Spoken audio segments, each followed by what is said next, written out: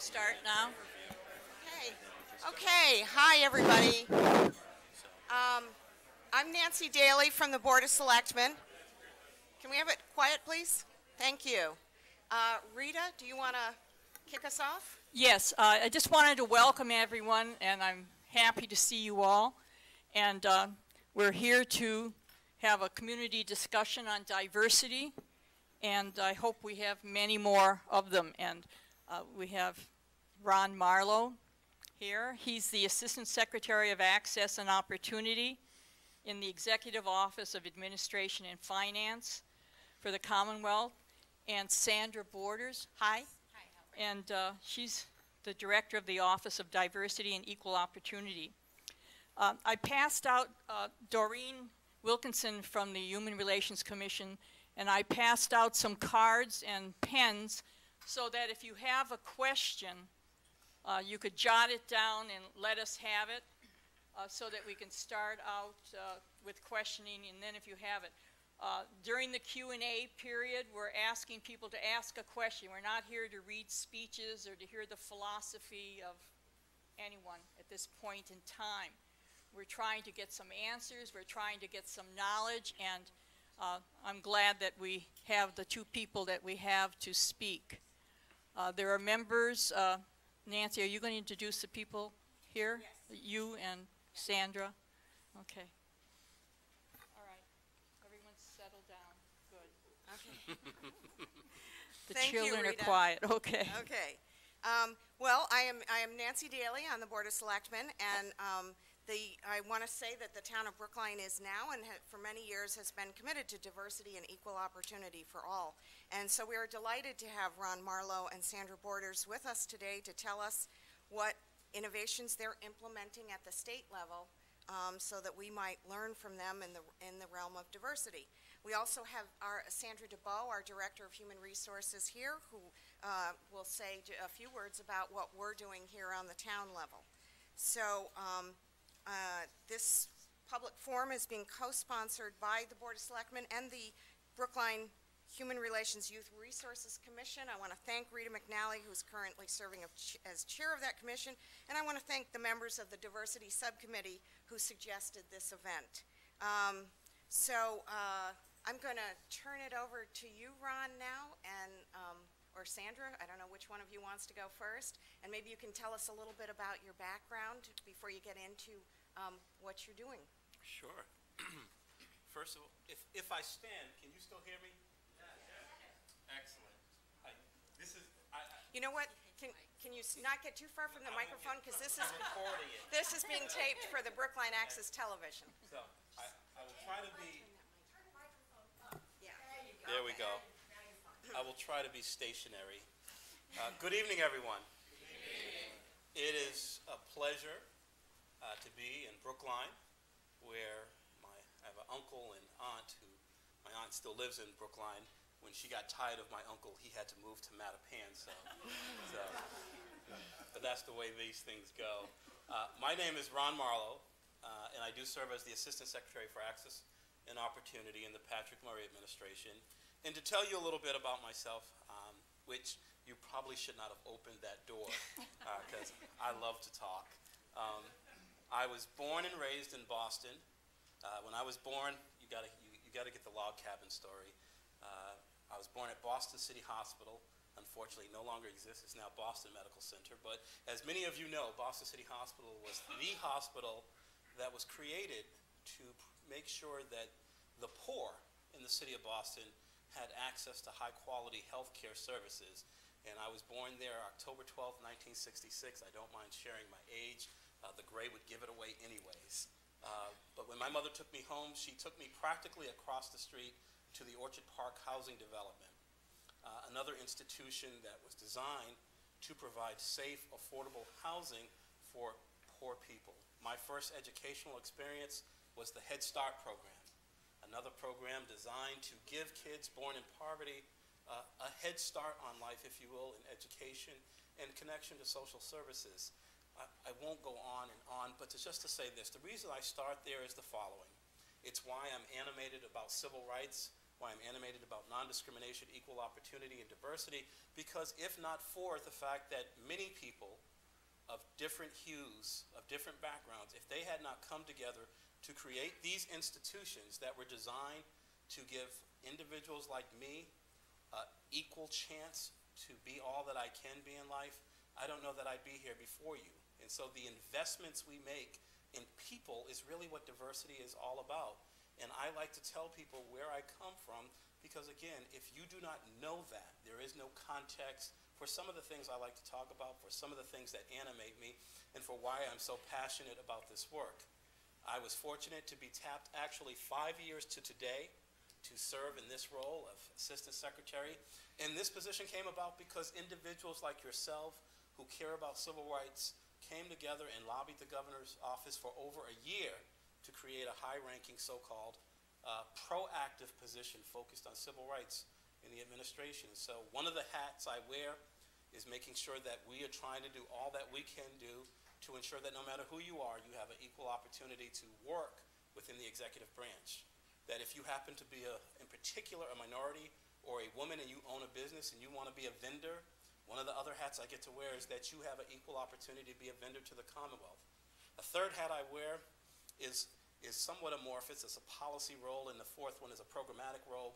But in those roles, in the latter, I try to make sure that access to our buildings, access to our services, access to our programs that we run are run in a manner that is embedded in the principles the governor speaks about often: non-discrimination, equal opportunity, and diversity. And the policy role is designed to fortify the other three areas. And so it's a wonderful position. It is a position that when I started, I had not a single gray hair. I lie. I lie. I like saying that. It makes me feel better. But every day, I wake up to work with Sandra and others to try to make sure that we are living up to those principles that the governor talks about. Because the reality is this: the history of our country is a history of trying to make the words we hold these truths to be self-evident, that all men are created equal. And yes, when those words were written, men were supposed to be inclusive of women, that we try to make those words ever more real. And the story of our country is a story of each group who may not have been evidently thought of when those words were written and spoken, that they start to become part and an equal part of the narrative that is this country. And that's what we do every day. I look forward to the dialogue and talking about how we do what we do. And let me be clear, I'm not here to tell you that you should do what we do. What we do is a particular model that we think works very well for us, but like the old saying goes, there are many ways to skin a cat, and there are different ways to achieve the same objective. I believe in systems theory that's called equifinality. And you may have a different path to follow that gets you to the same outcome that happens to work better in the town of Brookline. And so again, ours is here to tell you what we do, to explain why we think it works for us, and through that dialogue, hopefully for those of you who are committed to these issues, you will identify the path that works best for your community and will advance towards those objectives. I will stop there and hand over to my colleague and friend, I also call my big sister in government, Sandra Borders. Thank you, Ron.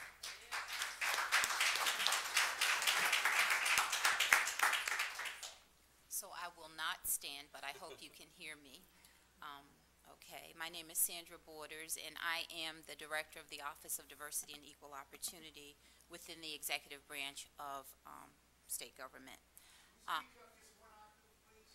Absolutely. Just move it a little closer to you, I think that. Can you hear me okay now? All right, great. I can yell, but I'm trying not to. I said my name is Sandra Borders, and I work in the Office of Diversity and Equal Opportunity within the executive branch of state government. Prior to joining state government, I was in the private sector, and I was in various management positions. My last position was one of running an office very similar to the one that I run now for state government. It was actually called the Office of Work, Life, and Diversity for a financial services organization. And so my stint at state government has been very interesting in that I've actually been in a couple of administrations, so I was extremely happy that I had the opportunity to work under the Patrick Murray administration, because I can see quite the difference in the various administrations and what we've been able to accomplish. So in terms of background, there is always a story how one ends up in this kind of work, and I would say that mine is not quite as colorful as Ron's, but I happen to be a transplant from Florida, in case you couldn't hear the southern accents in my voice. And when I moved here, I didn't get a vote. And shortly after we got here and I was able to get through middle school, forced busing came about. And so I survived forced busing. So it definitely shaped who I am as a person. And with regards to education, it means I have an extreme interest in making sure that there's equality in education, because I feel I had to really struggle and fight to get mine. So that's my passion behind the work that I do every day, trying to ensure that the employees within state government have all the opportunities available to them, and any citizen that wants to join the ranks of state government has an equal opportunity to do that as well. Okay, Sandra Borders, do you want to give us a brief thumbnail? Sure. I mean,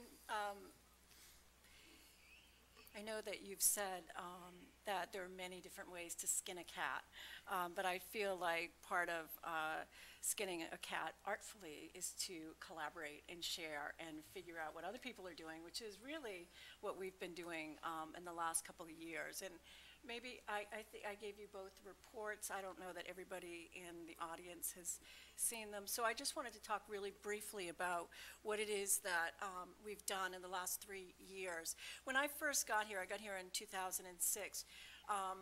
The first couple of years were really consumed with negotiating group health. We were in a crippling situation like most of the country was. In the first 3 years or so that I was here, we were actively either changing our group health, which means bargaining with all the unions, or moving towards the GIC, which was just an enormous process. And when I came up for air, one of the first things that I wanted to address were policies, because although the town is very well run, you know, when you come to a job, you always want to improve things. One of the things that I thought could be improved with is a little bit more consistency along the departments in the way that they were doing some hiring, who was doing Corey background checks, and what criteria were people using to exclude or allow other people to go. And things like that I just started to want to focus on. But I also was getting a lot of complaints, as every workplace does, of harassment, a generalized sense of harassment. And it seemed to me, when I looked at our policies, that we had a sexual harassment policy, we had a workplace violence policy that was more geared towards anthrax, threats, and domestic violence. I think domestic violence was the stem. But we didn't have a broad-based discrimination policy. And at the same time, our family, medical, and military leave, that law has been changing over the last couple of years. So our policies needed to be updated. And when I started looking at our policies, it became very clear that we needed to do some work with education and training, and specifically diversity. One of the things I had been frustrated with leading up to 2010 was our ability to fully recruit in the manner that I thought that we should, because of some civil service constraints that we had against us. One of our largest groups of turnover is in the Department of Public Works and the labor force, and we had to maintain these labor lists, and it was quite a complicated process without getting too many great applicants. So that's what we did. We started working on diversity. We brought in the MCAD. We had them train 175 supervisors, but at the same time, I really wanted to focus on where we should start to look at diversity when it ripples through the entire organization, and it needs to ripple through. One of the first things we did is join the Commonwealth Compact in October of 2010, I think it was, because I had become aware of the Commonwealth Compact. I thought that they were doing great work. they had an awesome model of having the signers report their information to them, but it wasn't just numbers. It was really about the leadership buy-in and what was it that the organization was doing to improve diversity, basically, in the workforce. So the first year... I'm going to just interrupt you because I should say that that was mostly universities and the hospitals, the big nonprofits, and I think we were the first municipality to join. Well, there are other state agencies and municipalities, but I'm trying to get a collaborative of other municipalities together, and I've had a lot of discussion with Georgiana Melendez about that, and she's excited about it because there hasn't been a whole lot of work in the government area as there have been in the others. So it was also an opportunity to broaden just the network of who we could partner with. So the gist of it was, in the first year, we were just sort of exploring. I developed a working group of department heads who had an interest in this issue, but also had large numbers of employees, and how we would do education and ripple it out through their various departments, and how much was their turnover, and should we look at employee development first versus recruitment, and all these other things. So that was really good. So the first year was really a year of exploration. The second year, we reported, we finished our survey, we reported it to the Commonwealth Compact. We did more training with our firefighters and our DPWs. Now we're getting out into the employee realm of it. But we were also doing leadership training for our supervisors so that they could have better tools and consistent tools, again, to deal with the complex conflicts that come up in these personnel situations, to keep them more neutral, to try to consider other people's perspectives. So we're trying to, to reach out to our employees, the supervisors, but also maintain that leadership buy-in. This third year that I just released our third annual report on is really moving towards the employee involvement phase, and I'm really excited about this part.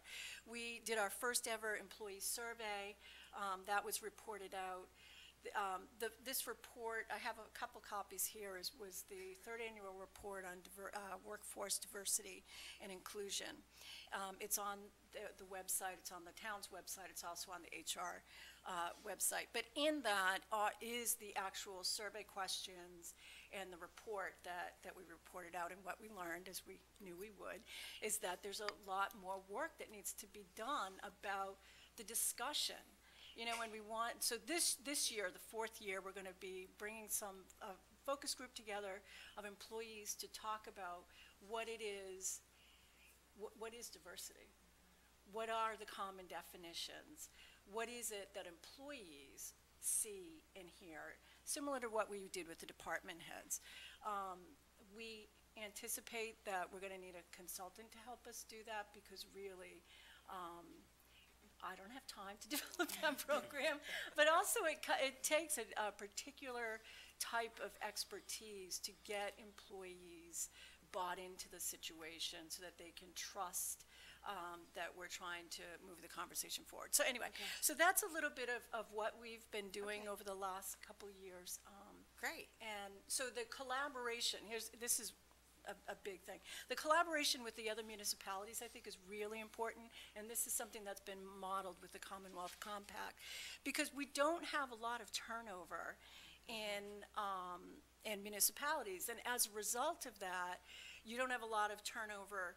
There's not a huge career ladder for folks, and I think that can be very frustrating. And so if we have a collaborative where we share information and can share these growing professionals with each other, it really should become a much more dynamic environment, and other municipalities are excited about it. Great. So that's what we've been doing. Can I ask the first question? Well, no, I want to. Please. It's about the fellowship program, because I'm particularly we'll get to that in a minute. We're not up to questions yet. I want to get back to Ron and Sandra and ask each of you to tell us some of the changes you've been making since you got appointed to these positions, and what you feel like the best accomplishments are, and that kind of thing. Sure. Well, let me start by saying that there are going to be a couple of themes, that will really emerge this evening in terms of doing this and doing it well. One will be leadership. Another will be commitment. A third will be every time you say diversity, and Sandra did this, you probably should quickly thereafter say inclusion, because they're two different concepts, but they go hand in hand. And so let me start by saying that for us, leadership started with Governor Patrick.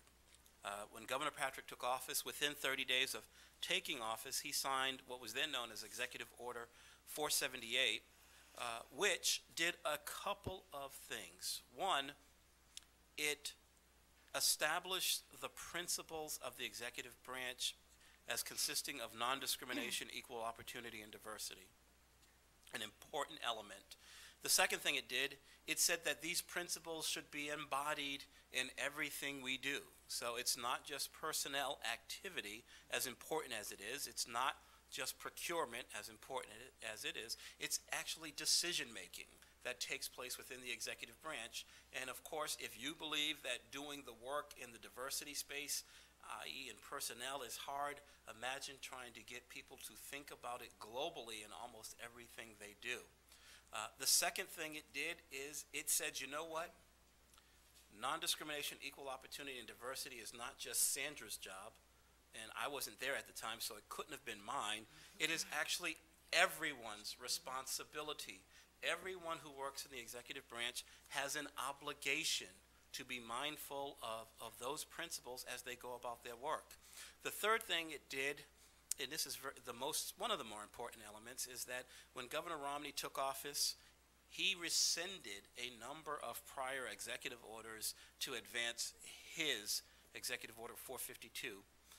Governor Patrick, in bringing forward Executive Order 478, really not only brought back to life the substance of those prior executive orders, but again, he took it a step further by talking about it being everyone's responsibility and that it should imbue everything we do from a decision-making standpoint. And so it starts with the governor first and foremost. Secondly, it starts with putting people in place who are committed to getting the job done.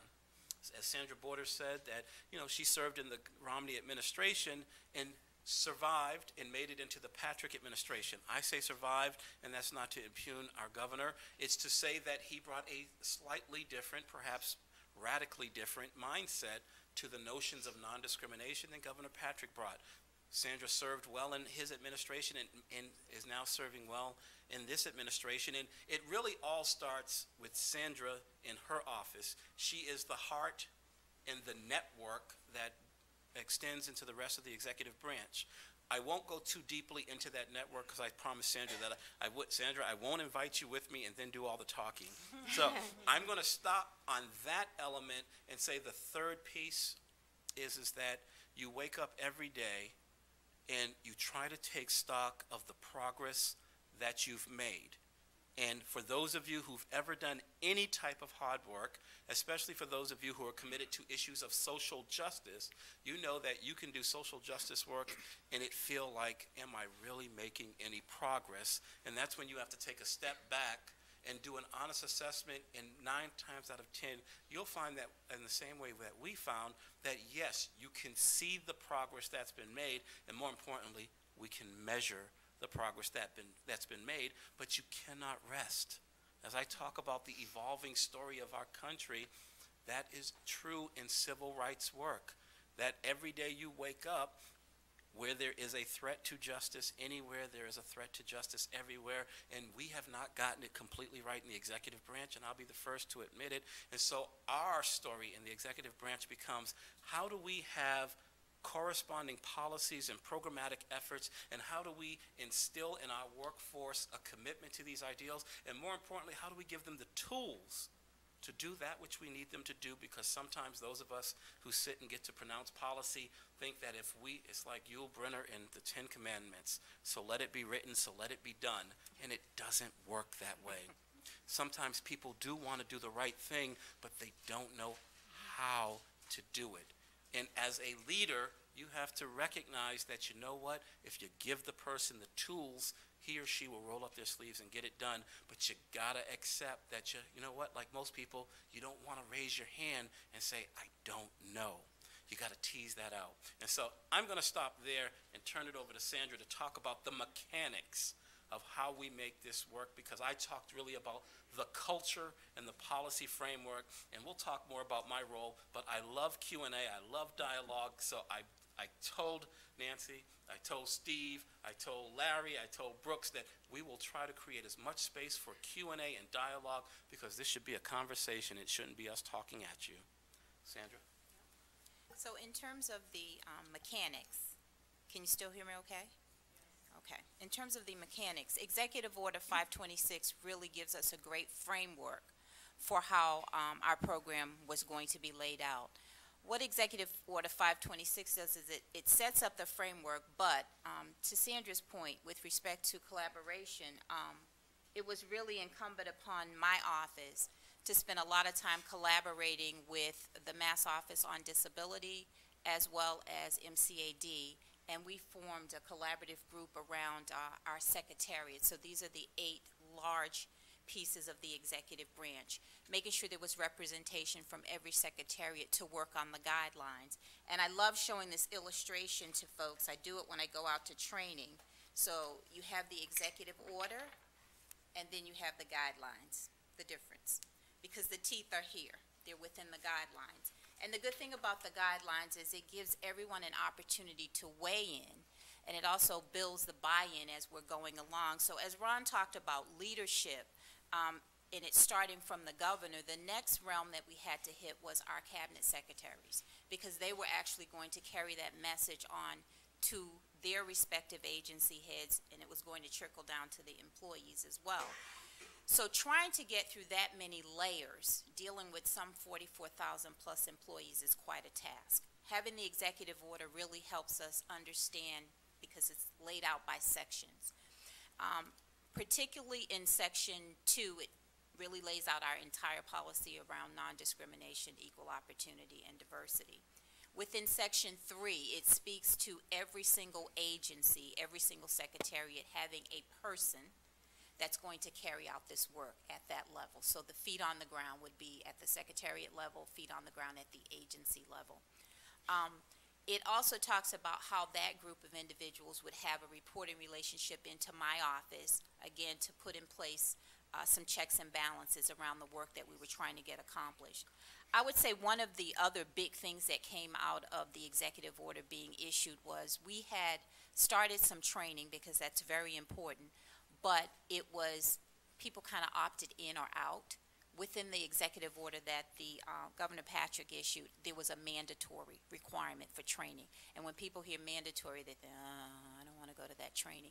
But what we did was we based our training on dialogue, which was really great, because you get folks in the room, and even though they come in and they really don't want to be there, by the time we're halfway through the day, they've kind of perked up, and now they can see what's in it for them. So you start to get more energy built on an individual level, and also some responsibility for making sure that the plans are carried out.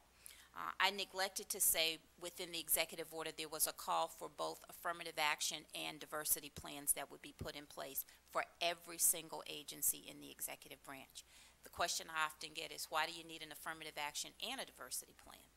Well, because the affirmative action plan is really looking at groups that have been underserved, underrepresented, and making sure that they're represented within our workforce. More structure. We have a model to follow. We're really following the model of the Office of Federal Contract and Compliance, so we can follow that model. The diversity plan gives us a little more leeway. It's also very inclusive, because it covers everybody. It covers our citizens that we deal with on a day-to-day basis, our providers that are providing services. It covers everyone. So if someone didn't see themselves represented in the affirmative action plan, they definitely saw themselves represented in the diversity plan. So we have 2 plans, and every agency in the executive branch has 2 plans that they have to put in place. In addition to the training and the affirmative action plans, and the collaboration that goes on, we had to build in the support from our unions, because we are 90% union work environment. Only 10% of our employment base are our managers. And so as we were doing or preparing the guidelines, it was our opportunity to share those guidelines with our union representatives and get their buy-in along the way, particularly around the training. Because as you think about the training, you're pulling someone out of their regular job, and we're asking, our requirement is that all employees have to do a full day of diversity training, and our managers have to do a day and a half of diversity training. And so I thought getting through the first offering of diversity training was quite a feat, and I was excited about that. But recently, I'm moving ahead now. In 2009, the governor issued what's called our Model Employer Program for Persons with Disabilities, and it was a specific outreach effort to make sure that our disability community saw themselves represented within our workforce. So there was a specific effort to look at our policies and our programs and our practices to make sure they were inclusive.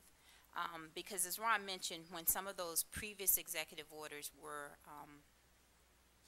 kind of pulled back under a particular administration, persons with disabilities did not see themselves represented, and it caused a lot of angst. So the fact that this governor saw fit to go forth with a specific initiative, which he opened up to the private sector, but he said before we can go out and ask the private sector to do something, we have to be doing it internally. So again, a collaborative effort between the Massachusetts Office on Disability, the Office of Diversity and Equal Opportunity, and representation from all of our executive branch agencies. We were able to put that strategic plan in place, and we're now into our third year, about to wrap up our fourth year of that plan.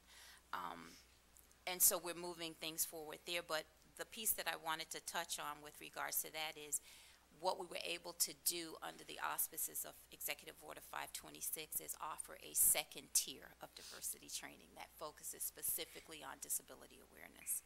And it has really transformed our culture. I can see the difference in the culture in terms of, you know, having the history of being there for a little while, to watch people come in to the first offering kind of trudging through the doors, and the second offering getting really excited about it. But I have to say we did make some progress because we were able to move to an electronic version in the second offering, but we did still require that our managers have to sit through a training in classroom because we want them dialoguing about issues that maybe they would be too afraid to raise on a one-on-one setting, but in a classroom setting, there's more openness and freedom about talking about things that they're not really sure about, hypothetical situations that they want to throw out, which we often find are real situations that they're dealing with. And we're able to get some collaboration in the room in terms of experience in the room, how to handle, how to resolve issues. So those are a few of the things that we're doing. I guess I should go into that third effort that we're working on right now, right? No. Okay.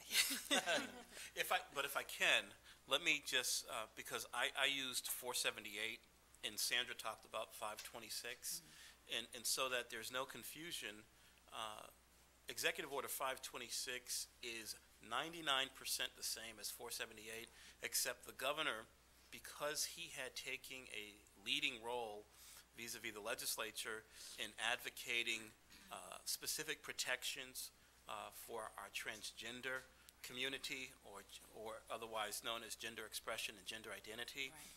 He recognized that if he was going to ask the legislature to lead on that question, that he should lead himself, and so he amended Executive Order 478 to specifically add to the list of protected classes individuals based upon gender identity or gender expression, and so 478 became 526 in doing that. And so you'll hear me stick to 526 going forward, but I did want to make sure there's no confusion around the two, why I said one number and Sandra said another.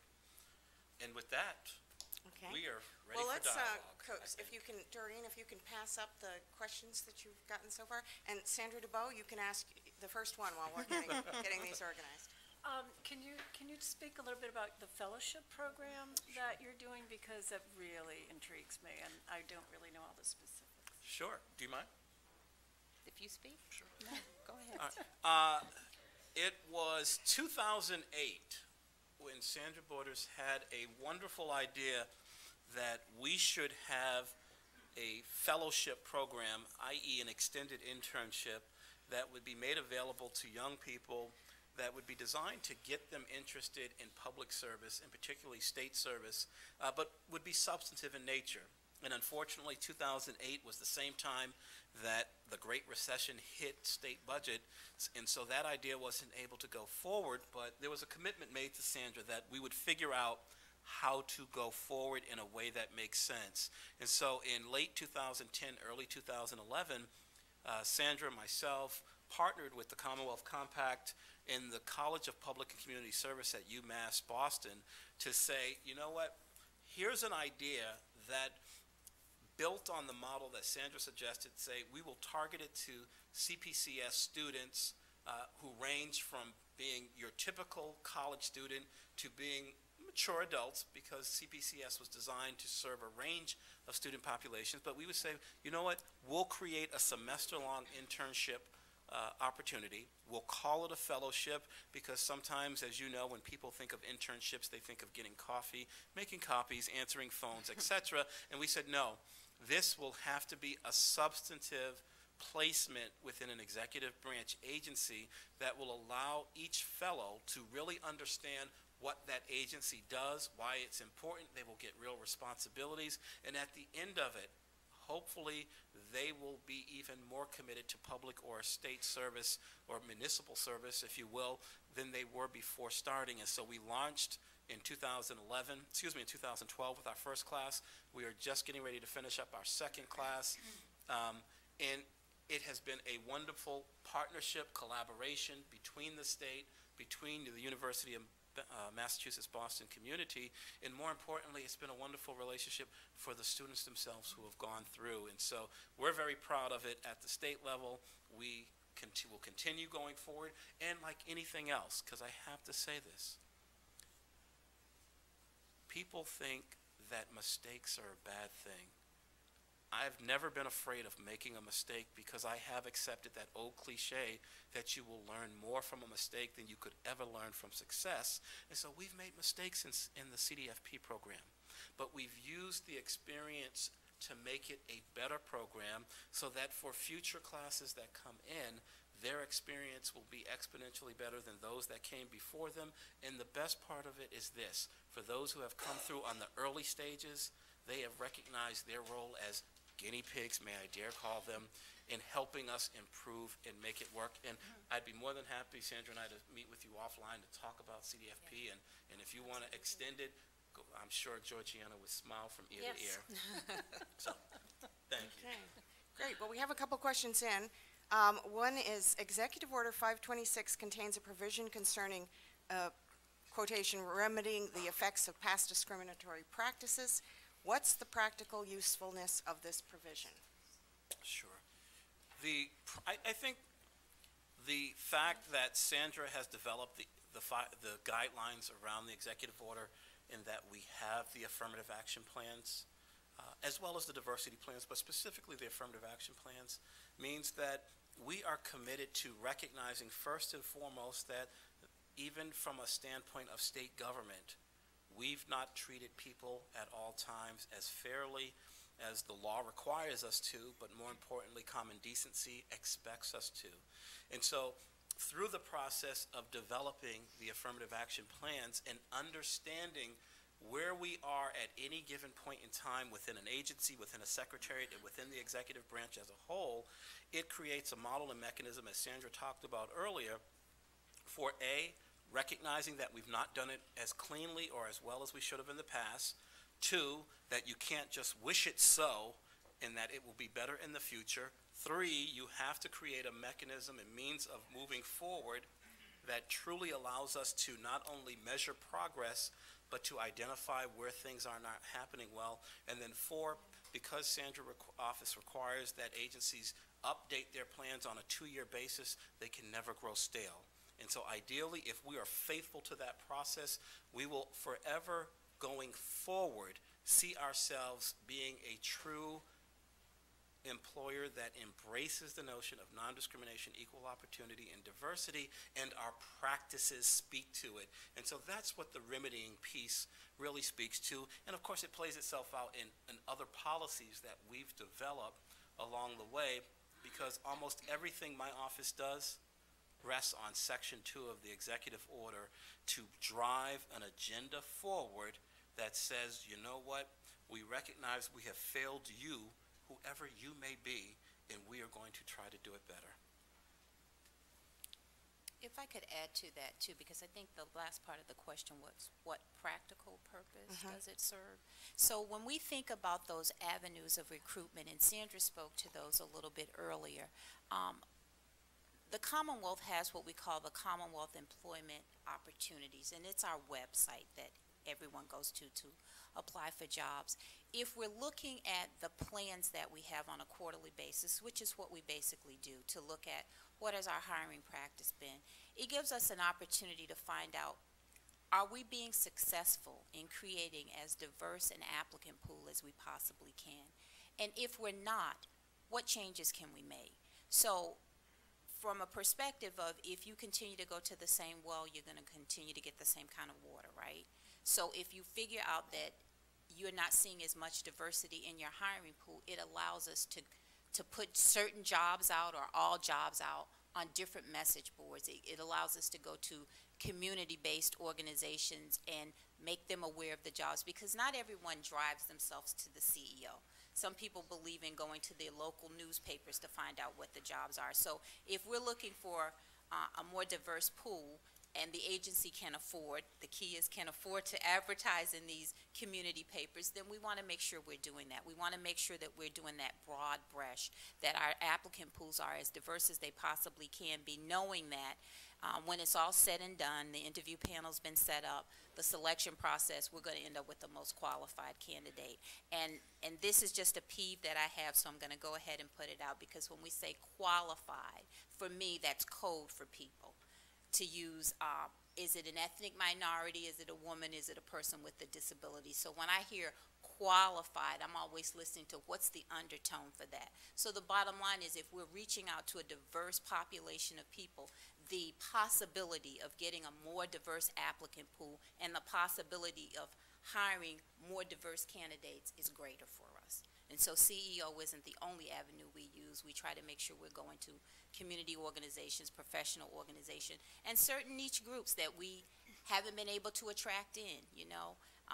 The whole effort behind the Model Employer Initiative was with respect to looking to see what our representation of self-identified persons with disabilities was within our in our executive branch agencies. And so we knew we had individuals with disabilities because we could see them. But they never self-identified because they didn't see the benefit of it. So if I self-identify, do I put a target on my back, and does this mean now I'm going to be singled out and I'm going to be treated differently? The whole preface behind looking at our Model Employer Initiative is to increase the inclusiveness of our workforce. And therefore, if there are individuals within the workforce who have disabilities, we want to educate around that. We want our managers to be aware that you don't have to walk on eggshells when you're talking to someone with a disability, because guess what? They're a person just like you are. So, hey, they want to be treated just the way you want to be treated. So why are you walking on eggshells?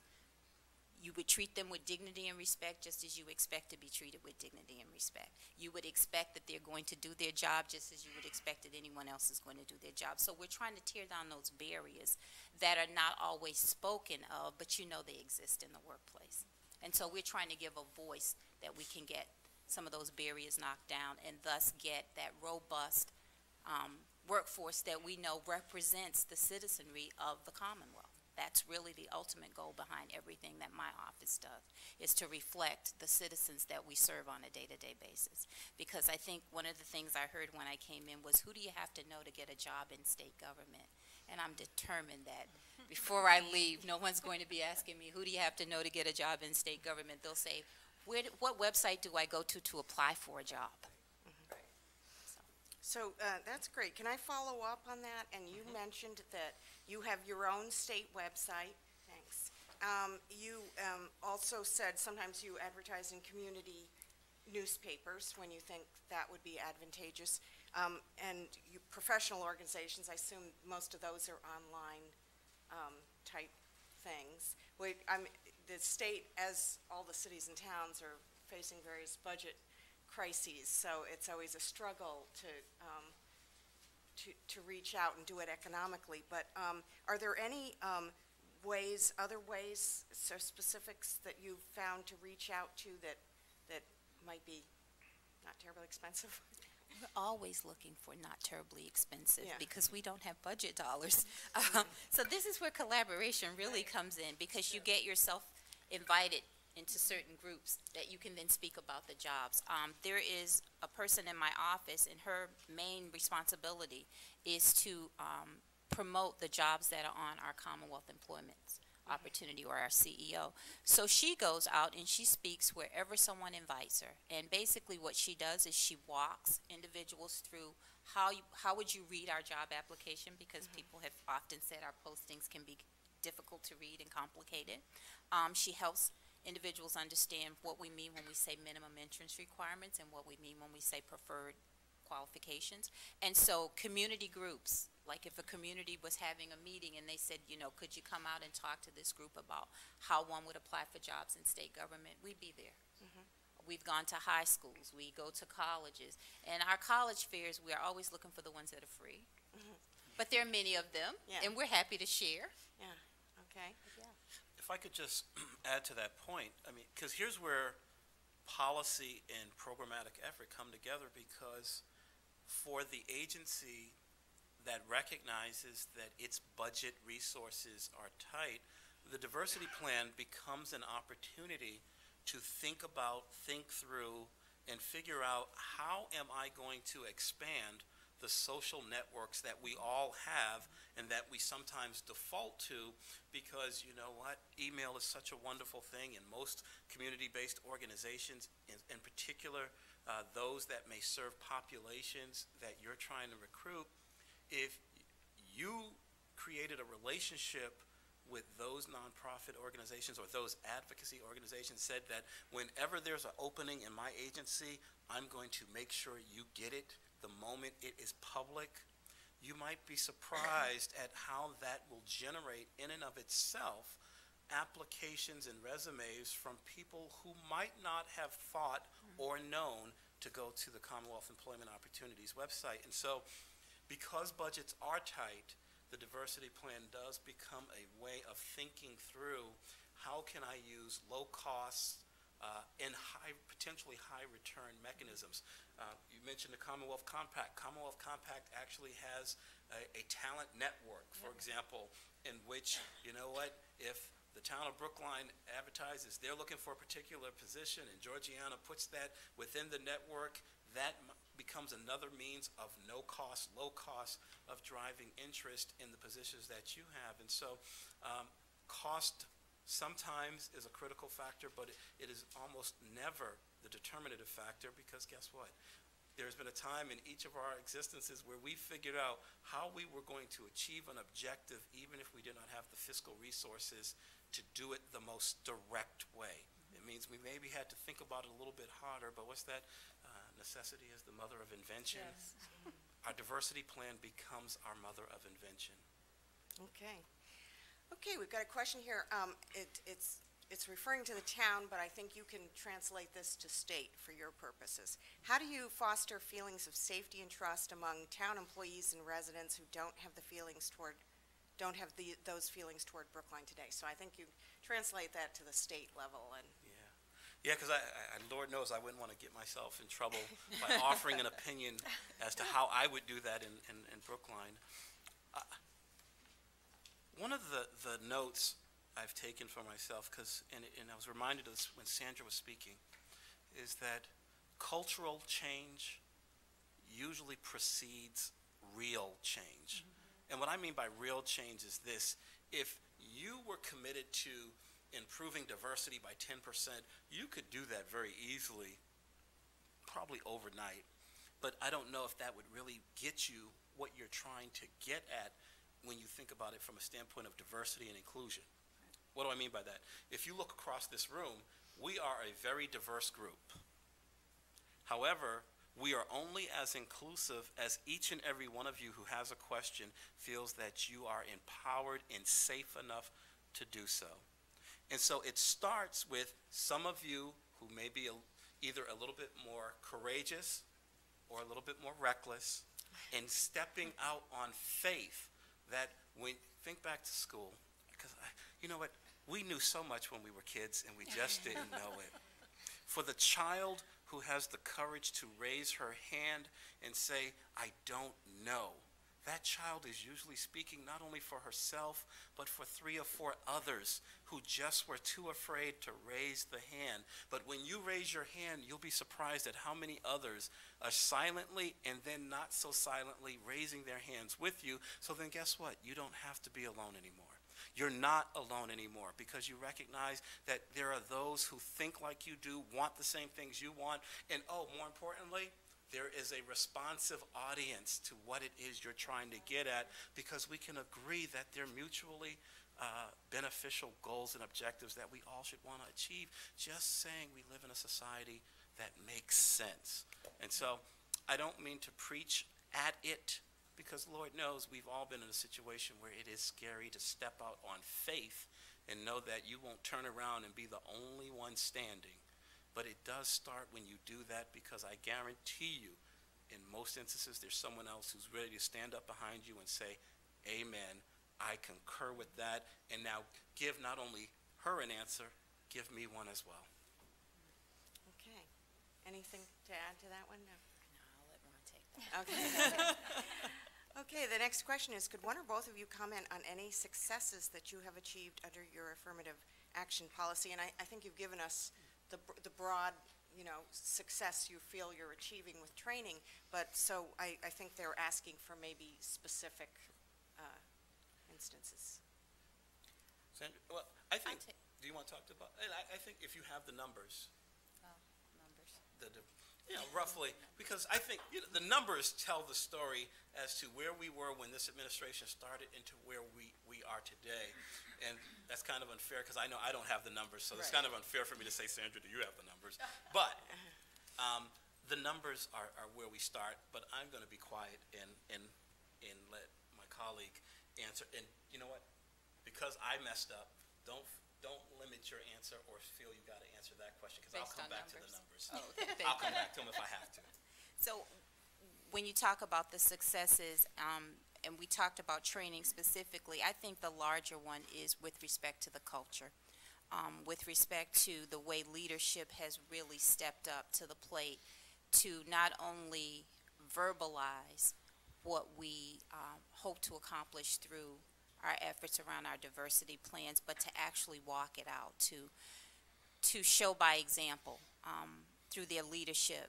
For example, when we are talking about changes that are being made, I know specifically one of the changes that this administration wanted to make a difference in, or one area they wanted to make a difference in, was with respect to our management ranks. Because what we found in our management ranks is basically we have entry-level, mid-levels, and senior-level managers. And what we found was the higher you got up in the management ranks, the less representation you saw with respect to women and minorities and self-identified persons with disabilities. You just didn't see the representation there. And so just by verbalizing that this was an expectation, we saw our leadership actually go out and, push getting job information out. Again, the applicant pool became more diverse, and the ability to change the way that management rank looked made a difference, just by virtue of the fact that we were going to places to recruit that we had never gone to recruit from before. And when Ron talks about numbers, I don't have them all off the top of my head, but certainly I know that there has been a dramatic shift in our managerial ranks. And I think that's where it makes a big difference, because when you think about administrations come and go, and we know you can have representation up at the senior levels, and you know that when the administration changes, majority of those individuals are going to be gone as well, because they're in appointed positions. So when you talk about affecting a change in the mid-level managers, those are the managers that are probably still going to be around when that administration turns over, because they're in the middle ranks. The higher ranks, a lot of them are going to shed. You're going to lose those managers, but the middle ranks are going to be there. So even looking at the opportunity to promote from within, some entry-level managers that had been in place and working very hard to get to that next rung, just by verbalizing that these were efforts that we were seriously about making a difference in, we could see the difference in our ranks already. And I think that's going to be a lasting change, even when this administration turns over. Great. So can I just do this? What I will do is I'll make a commitment that in terms of our numbers and what we've achieved, that I will commit to get them to you, Nancy, or you, Sandra, and if you, however you want to make them public, or if you call me or email me, I'd be happy to send them to you. Sandra's correct. We are the most diverse administration with respect to women in senior management roles, with respect to minority individuals in management ranks generally, and senior management ranks. Under our model employer of persons with disabilities effort, we have seen an increase of 80% of people who have self-identified with a disability from the time this administration took office to today. Now, before that 80%, you get too excited about it. I mean, we've moved from 1.7 to 2.9, and we still need to roll up our sleeves to figure out how do we, because I think we've done a wonderful job in creating an environment in which our employees have felt less anxious about raising their hand and saying, yes, I am a person with a disability, but we have work to do with respect to outreach and recruitment. And so other areas of success, the fact that we've launched the model employer effort because we recognize that, you know what, there is something fundamentally wrong when almost 13, 14% of our population are people with disabilities, but only 2.4% when we launched the program were self-identified in the executive branch. We want to improve that number, and we're moving it in the right direction. We have seen, in terms of our spend with minority and women-owned businesses, we've hit our benchmarks for 4 of the last 5 fiscal years. We missed them in FY11, got back on track in FY12. The fact that we have developed policies that are driving us to make our buildings and our programs more accessible. We are not only providing resources to our agencies so that they can do self-assessments and then create the transition plans, and then we start to one by one make buildings more accessible, but more importantly than buildings, because the ADA speaks to more than just buildings, it speaks to programs. But these are things that we've done not just because of the leadership of Governor Patrick, which is an incredible and important element, but because as the culture starts to change, there is a greater awareness that, you know what, either we thought we were doing well in a particular area, or more likely, we did not know that we weren't doing well in a particular area, and people have said, you know what, we got to give some attention in this space. And so part of the success is also embedded in the range of policy and programmatic approaches that we're doing to be a more inclusive, not just diverse, but inclusive executive branch. And anytime anyone would like to have a conversation offline, I'd love to talk about what we're doing, how we're doing it, why we're doing it, and yeah, I'll even concede where I think we're failing. Because you know what, that's part of being honest about how you're doing. So anyway, I'll stop there. Sorry. Okay, thank you. If you get us statistics, we will get them on our website. Okay. The next question is, what successful lawsuits have been brought against the state as a result of affirmative actions taken under Executive Order 526? Actually, 0. And let me tell you why. That's not to suggest that people haven't sued the Commonwealth and haven't won, because first of all, I wouldn't know the statistics of when someone brings a complaint, because if somebody brings a complaint to MCAD, I don't get the resolution of complaints to MCAD because it's an independent agency, so I don't know. I can tell you MCAD does rule against state agencies in the same way they rule against private entities, and of course if people go to court, I may not be aware of that. But the executive orders are interesting creatures in that, as the attorneys will tell you, executive orders do not create a personal right, a private right to enforce. It really becomes the mechanisms by which we try to enforce our own policies. And while I'm not a lawyer, and of course I would love my general counsel will hate me for saying this, I would love to give you the right to sue on the basis of our executive orders, because, you know, quoting one of my favorite television shows, man has only those rights for which he can seek defense to.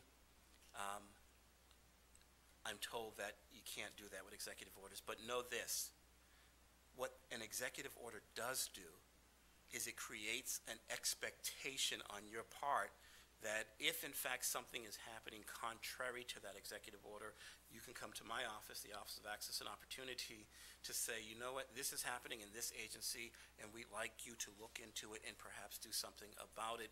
And know that while that is not a lawsuit, and while that is not even considered a formal complaint, the fact that you brought it to my office means it will get responded to, because we haven't talked about Executive Order 527, which I can throw them all at you. Executive Order 527 is the one that creates and institutionalizes the Office of Access and Opportunity and defines its role and responsibilities. And if you look at it very closely, I would say that mine is the office that is designed to try to ensure that what 526 says we are living up to and are pushing to make the benefits and the rights that people are entitled to more and more real. Okay. I think I know who this question came from. As director of... Can I just make a point of clarification? Yes. I think that question was asking whether the Commonwealth has pursued what's sometimes called reverse discrimination. I think that's what that question is. Okay, I'm going to repeat that since the people watching the videotape later might not get it. He was asking whether the Commonwealth has been subject, that you have taken actions pursuant to Executive Order 526, which might have later led to reverse discrimination lawsuits. What I can tell you is this, because you know that old saying, you know, a dream and a willing lawyer will get you an ability to file a lawsuit. I can tell you that none of our policies have been successfully challenged such that we've had to dismantle them. That's true in the personnel space, that's true in our procurement space, and that's also true in those areas that fall outside of it. And so to the extent that the question is really driving at how legally safe are you from pursuing certain courses of actions, again, you're only as safe as those who don't have too much free time on their hand and a willing lawyer to come after you. But the question really isn't that. The question is, if you go about it intentionally, if you go about it consulting those of a legal mind as you move forward, but if you go about it in a systematic way, you can greatly lower the risk element, which, let's face it, that's what all our general counsels are concerned about, is what risk are we exposing ourselves to. You can greatly lower that risk threshold and know that even if someone comes forward to challenge, does not mean that they actually have a leg to stand on. Okay, well, there's another question in here that's kind of, I think, also follow-up, and it's asking, how does the state define affirmative action? Because the affirmative action is mentioned in Executive Order 526, and we know that the U.S. Supreme Court has, to some extent, been chiseling away at that concept. So when you say, when this mentions affirmative action, how do you guys interpret that? What specific steps are you taking that are affirmative action, or that you would define as affirmative action? So when we talk about the affirmative action plans, and I mentioned that there were certain words that always threw up a flag for me. I'm just going to go down that path a little bit more. With respect to affirmative action, we're looking at groups who've been underrepresented. We want to make sure we're reaching out to those groups when we are hiring. We want to make sure we're communicating that effort out. I kind of sense that we're going down the path of quotas, so let me just be really clear. The state does not have quotas, because if we did, our workforce would look a lot different than it looks right now. Because I would just demand then that people did this, this, this, and this, but I can't do that. So what we do is we actually set benchmark goals that we're going to make good, faith efforts towards. This is affirmative action, good faith efforts. Good faith efforts say, where did you advertise your jobs? Good faith efforts say, what did your applicant pool look like? Good faith efforts may even say, what's your overall representation in your workforce? That is all based on census data of our civilian labor force. So that's how we set our benchmarks. We look at the census data from the area that we're recruiting in, and we say, based on the civilian labor force, the likelihood of us being able to attract, this is a percentage that's represented here. Do we have a likelihood of being able to attract women within the percentage that they're represented? And the answer may be yes, it may be no. It depends on the job we're trying to hire for. But do we have good faith efforts? Yes, because we want to make sure we're getting those jobs out to those areas. We want to make sure that we're including any and everyone we can when we're advertising jobs, and that people are aware of them. They're not being communicated in a vacuum. And then, as I say to every hiring manager, it is your responsibility to make sure that you're asking the questions that's going to get you the best candidate for your job, no matter whether it's a woman, whether it's a minority group, whether it's a person with a disability, or whether it's a veteran. It's the best candidate for your job. And if I could just say this, I mean, because we know language matters, but the reason it's actually called the Office of Access and Opportunity as opposed to the Office of Civil Rights, because access and opportunity really is a euphemism, is because the governor, based upon his life's experience, inclusive of his civil rights background, recognized that not each and every one of you in this room, if he used the terminology civil rights, would see yourself under that umbrella. And he wanted a terminology that no matter who you are, whether a member of a protected class or the way we talk about this, for all the white males in the room, you've been led to believe that you are not part of a protected class, but technically you are. He wanted a terminology that allowed each and every one of you to say, you know what, access and opportunity, that has to mean me. And so, because he recognized language matters. The language of affirmative action, in many respects, has gotten a bum rap. For those of you who are older than I, or more knowledgeable than I, you know that. It is meant as little as a commitment to use, we are an equal opportunity, non-discrimination employer.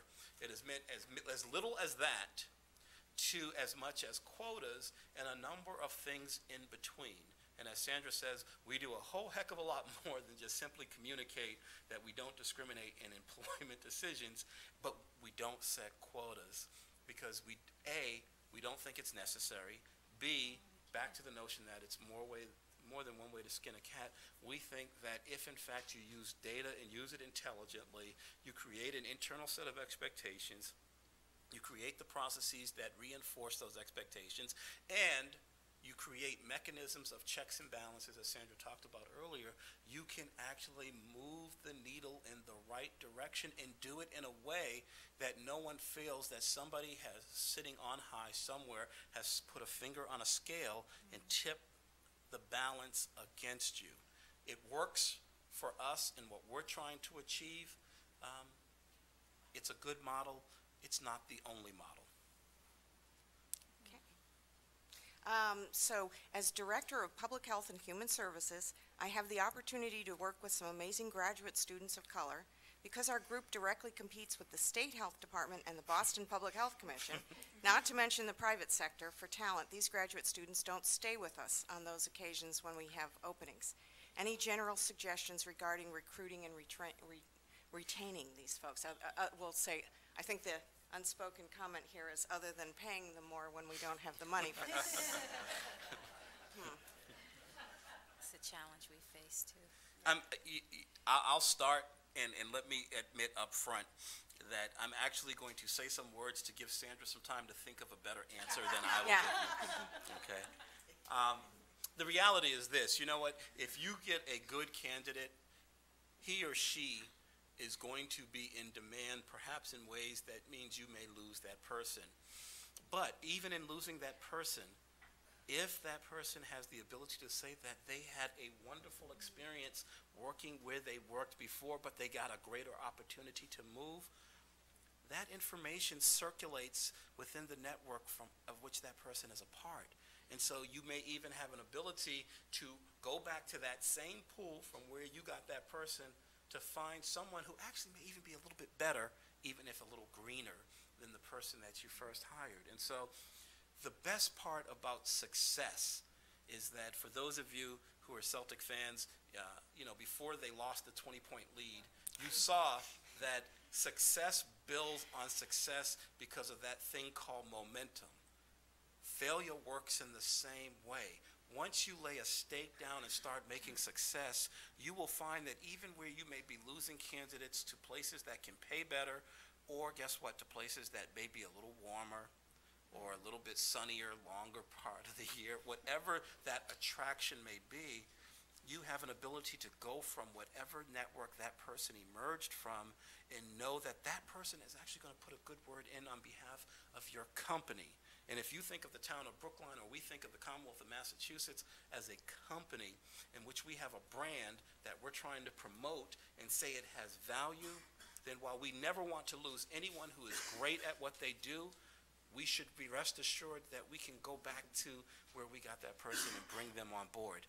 And so, but it starts with building success. And you know what? If you have a great department, and it sounds like you do, then I assure you that you will probably either through Tufts, BU, Harvard, and I know I left out one of the other major public health institutions, you will be able to recruit because word will get out that, you know what, that Department of Public Health and Human Services is a great place to work. And the fact that I moved on has nothing to do with a displeasure. It had to do that I had a greater opportunity.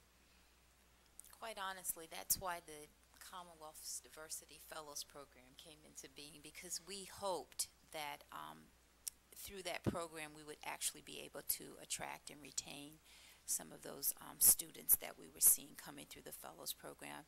When I was in the private sector, I had the opportunity to head up our Inroads program. And one of the issues that we faced quite often was we didn't always pay the most money. Being a financial services organization, many people thought we did, but we didn't. And so we would lose students that we had had for basically 4 years because someone else got to them and made them an offer sooner than we did. So after seeing that we were having that issue with conversion, what I started to coach the managers to do was, when that student is with you during the last year, before they leave to go back to finish up their last year, have an offer on the table. Have an offer on the table to let them know you're really serious about them, because you have built up something with them over those years. So when I think about the losing of individuals because someone could pay them higher, let's face it, the reality is now a lot of students are graduating and they have an enormous amount of debt. So when we thought about the Fellows Program, we also thought, is there any way that we could come up with a way to help reduce some of that debt? And there are federal programs that can do that. The state doesn't have one yet, but I'm working at it.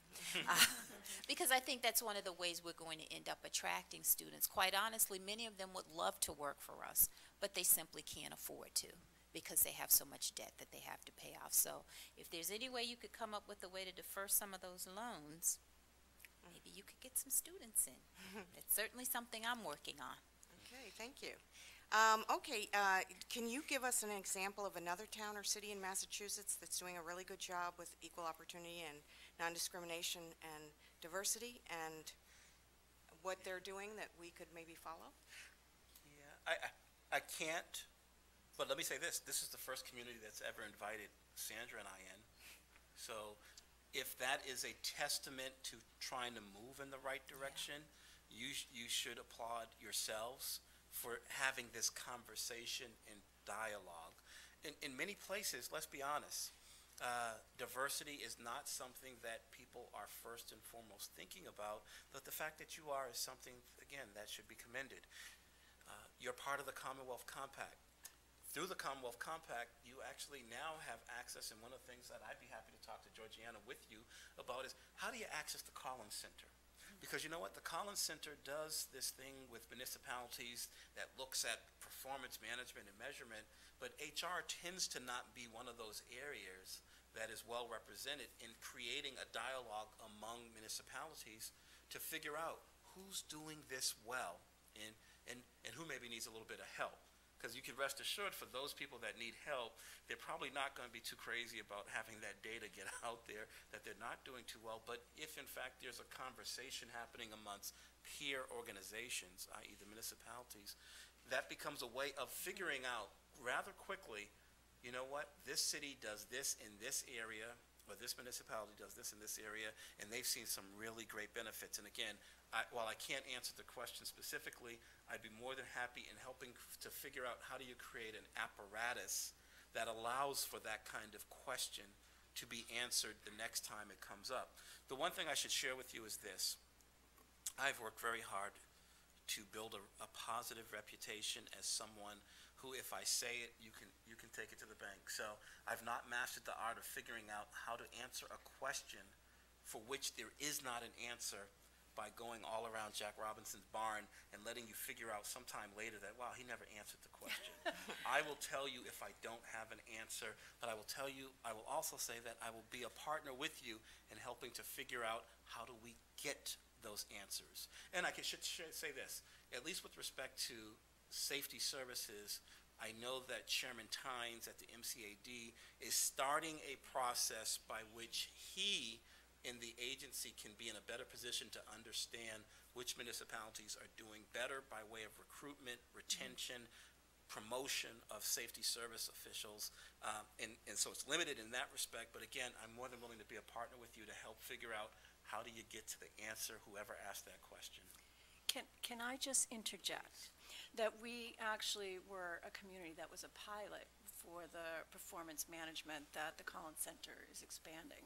And one of the questions that I was wondering is, I know the secretariats all have these performance management staff, and they have to have performance management, and have you been able to dovetail this issue into that as part of the business performance? Because that's critical.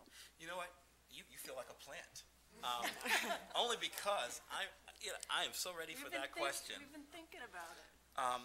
I have been blessed. Secretary Gonzalez, who is Jay Gonzalez, who is a member of your community, he was a wonderful secretary, and he believed in the effort as strongly as our governor. And so, for the A&F performance management, one of our scorecard areas is in the area of better performance. And in the area of better performance, with the support of the secretary, we've been able to elevate questions of equity on par with questions of efficiency and effectiveness, because Lord knows that whenever you talk about performance management, people start kneeling to the gods of efficiency and effectiveness, and I hate that with a passion, because you can be very efficient and you can be very effective and you can be very unfair. And so part of our scorecard actually lifts up our performance management efforts in the area of personnel, in the area of procurement, not just in goods and services, but also in construction. It lifts it up in terms of some of the policies that have been developed out of my office to see where we are. And one of the things I've committed to doing is creating an OAO scorecard, so that, because of course they wouldn't put all of the things I care about in the, or it wouldn't be the A&F scorecard anymore. But I've said that, you know what, for those things that we don't do there, I will lift up in a specific OAO scorecard, so that to your question, yes, we are doing that in part because Secretary Gonzalez got it and was supportive of it, and we recognize that if you do not elevate it on par with these other considerations under the banner of performance management and measurement, then in some ways it undercuts everything else we would have said to you tonight. Because if it's not measured, it's not treasured, as Sandra's straight supervisor, meaning that Sandra reports to me on a dotted line, but Paul Dietel loves to say, we measure what we treasure. And if we didn't do it in the context of performance management, again, it would have undercut, and Secretary Gonzalez recognized that, understood it, embraced it, and helped make it happen. And I'm very passionate about Jay. I'm sorry he left us to go make a lot of money in the private sector. Okay, this is a question for Marty Rosenthal, and I apologize in advance. His writing is a little hard to read, so I will try to get it. A recent article began with the quote, "Has the nation lived down its history of racism, and should the law become colorblind?" He has this in quotation also, Justice Scalia, calls it a, quotation, racial entitlement. There's certainly a backlash against affirmative action nationally and on the Supreme Court. What do you see in Massachusetts communities? I think that in this area, being known as one of the bluest of the blue states has actually been probably something that has left us less impacted by the musings of the Supreme Court Justice and has allowed us space to test out the theory and the notion of justice and equality under the law. And I'm not unmindful of the challenges that are happening across the nation. And it doesn't have to be based on race, it can be based on women. I mean, how many of you saw the story where the dentist fired his hygienist because she was too cute and his wife was very uncomfortable of it? Well, there was a court in Iowa, I believe it was, that determined that was not a form of sexual discrimination or gender discrimination. And you know, reasonable people can definitely differ with those three male justices who ruled that way. And so, Marty, to your question, I think that in Massachusetts, we are still at the beginning of a frontier that is allowing us to, in ever so subtle ways, push outward the boundaries of protection. And admittedly, we've done it mostly administratively, and doing it through state statute has been more challenging, as you know from some of the work that you do. But where we've had the ability to push it administratively, we have. But that isn't, please don't hear me and say that we are wonderful as an administration. We are wonderful because in part you are active. And the governor would be the first to say that we have been responding to a desire in communities that we live up to the creed and the ideals that draw people here from all over the world. And so we've done much. We have much more to do. We haven't figured out everything to do, but that's where conversations like this become so important in helping to say, you know what, I concede that you're doing okay in that area, but here are the 2 or 3 other areas that we need you to spend some time and focus and energy on. And again, Marty, with your help and others like you, because Marty's, as you all know, you probably know Marty much better than I, Marty's the guy who's not afraid to raise his hand. And so you can ride under his banner and in his shadow and know that, you know what, they're going to get him first and then you'll stand in his place, so to speak. But in all seriousness, it really starts with I like to do this. I have the temerity to actually change a quote of Dr. King, which it really wasn't his quote, it actually was someone else's from the 19th century, I believe. But you know, the Dr. King talked about the arc of justice bends towards, the arc of the universe bends towards justice, excuse me. And I say that, you know what, with all due respect, Dr. King got it wrong. The arc of the universe does indeed bend towards justice, but only when people of goodwill and common effort come together to bend it towards justice. And I think that's the thing we have to keep in mind, that it's all of us working together towards common goals and objectives to advance common agendas. And you know what, I'm young enough to still believe in the ideal, but old enough to recognize that it does happen when you roll up your sleeves and make it happen. And so, you know what, I'll keep living in that world, even if it means that there are only few others living in it with me, because I know there are more of you out there who are just waiting to say, you know what, that makes sense to me, so we're going to start bending that arc. Okay, thank Thank you. you. I think this one's already been answered, Sandra, but what measures used in the search process are intended to help increase the diversity of the applicant pool? I think you've kind of given us an answer to that one, so we'll move along. I did promise, we're trying to finish up by 9, and I did promise to try to get some live questions before we wrap up, so I'll try to move a little bit faster. Just be gentle on the live questions. Okay. Well, there's another question about measuring results and change, and I think you said you have some statistics. You're going to forward to them to us, and we will see that they get on the town's website. And common challenges, what are the most common challenges when trying to develop a policy and then when implementing it? I'm sorry. That one is something, I call Sandra sometime and I'll vent, just because the common challenge is this. If I asked each and every one of you in this room, are you a fair person? I would bet each and every one of you would raise your hand and say, yes, I am. Most people I encounter in the executive branch are incredibly fair people. They are not intentionally exclusionary. Notice I said exclusionary, not discriminatory.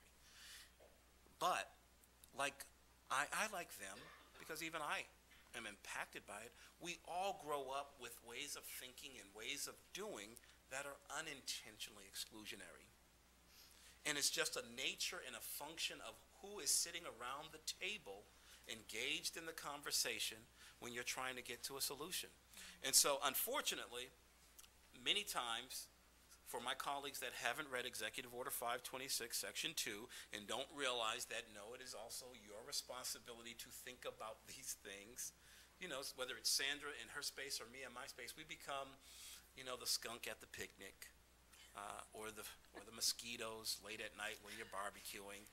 The annoyances that say, you know what, policy sounds really great, but did you think about this? I'll give you a great example. Registry of Motor Vehicles, and I'm not picking on them.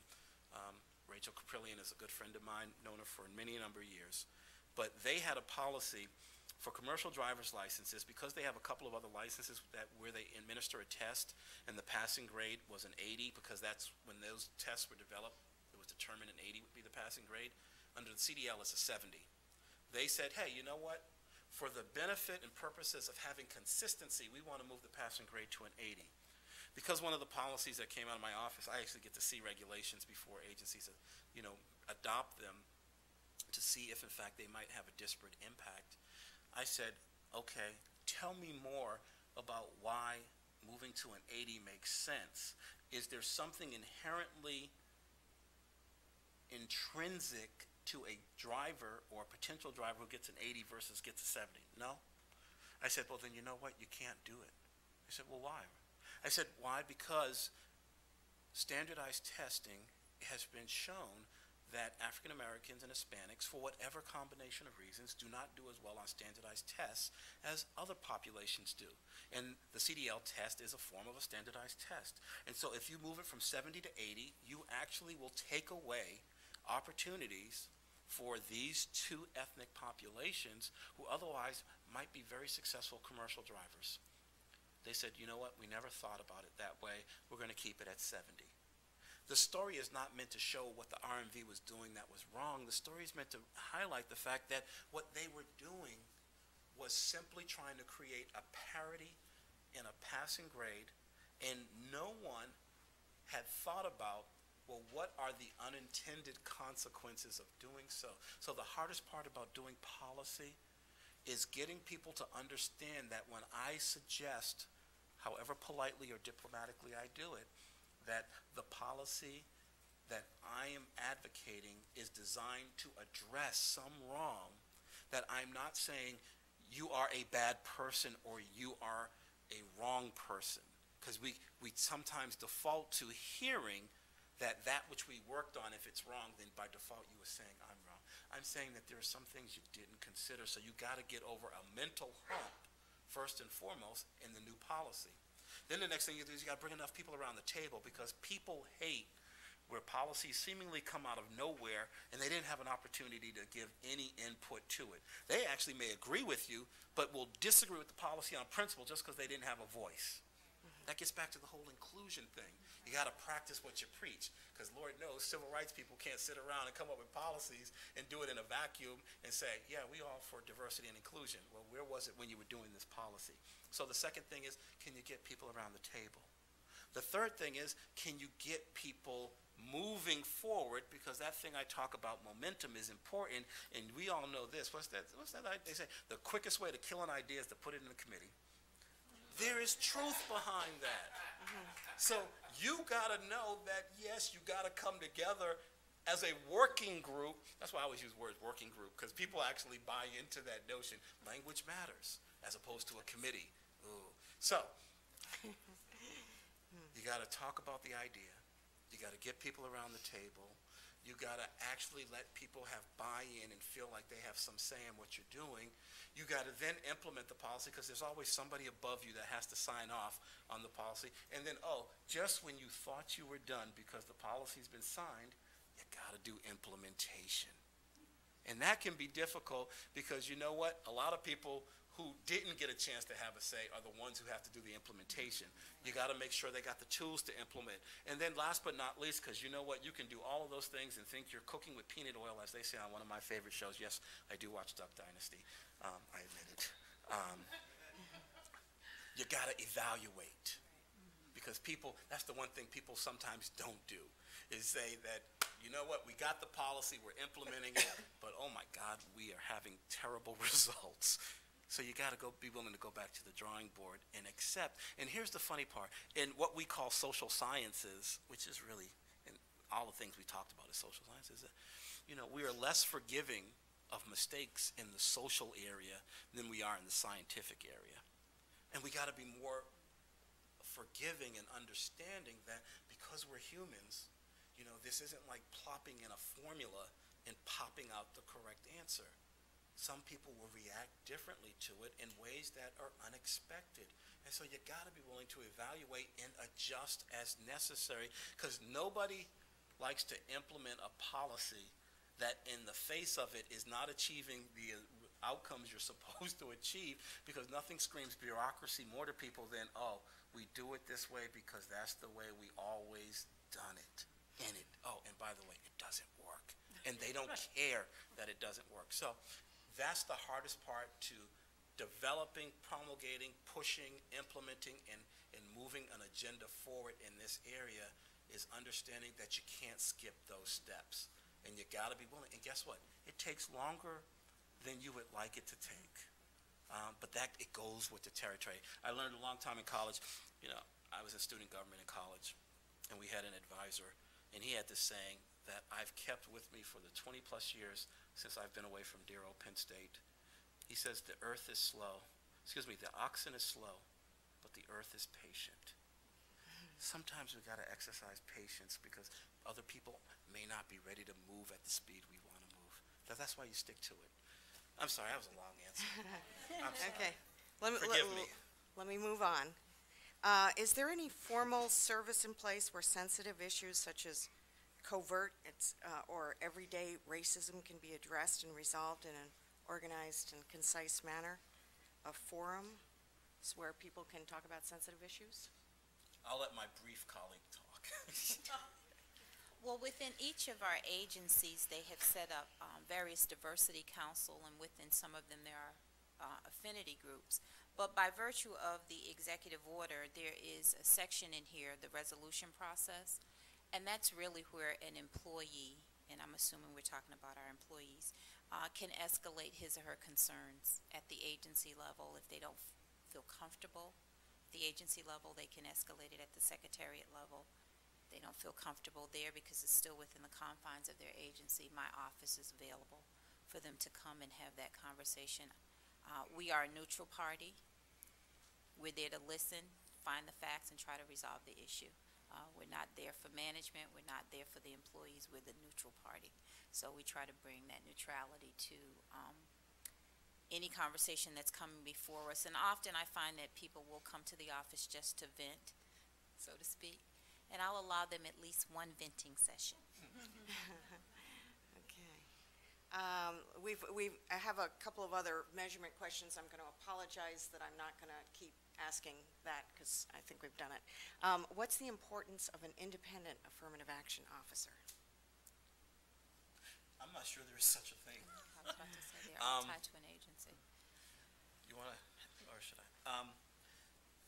I'm not sure if I understand the question. If an independent affirmative action officer, within every agency there's someone that serves in the role as a diversity officer, and his or her role is to ensure that the policies and practices that are in place to safeguard our employees, to ensure that there's equity and opportunity and access go forward, these individuals report to their agency head, and they're meant to report to the agency head so they have that direct line of communication if there is an issue. And let's just say that they were having difficulty communicating that to perhaps their HR person, that they could have the opportunity to present that to the agency head, because no matter how much we want to say that it's the responsibility of the diversity officer to make sure those things are happening, it's really the responsibility of the agency head, the appointing authority. The buck stops at his or her door in terms of what's going on in that agency. Okay, thank you. All right, what distinction do you make between human relations, human resources, human rights? And if they overlap, what focus should be on each? If those are not really No, no, terms that you use, you can say that. well, let me say this.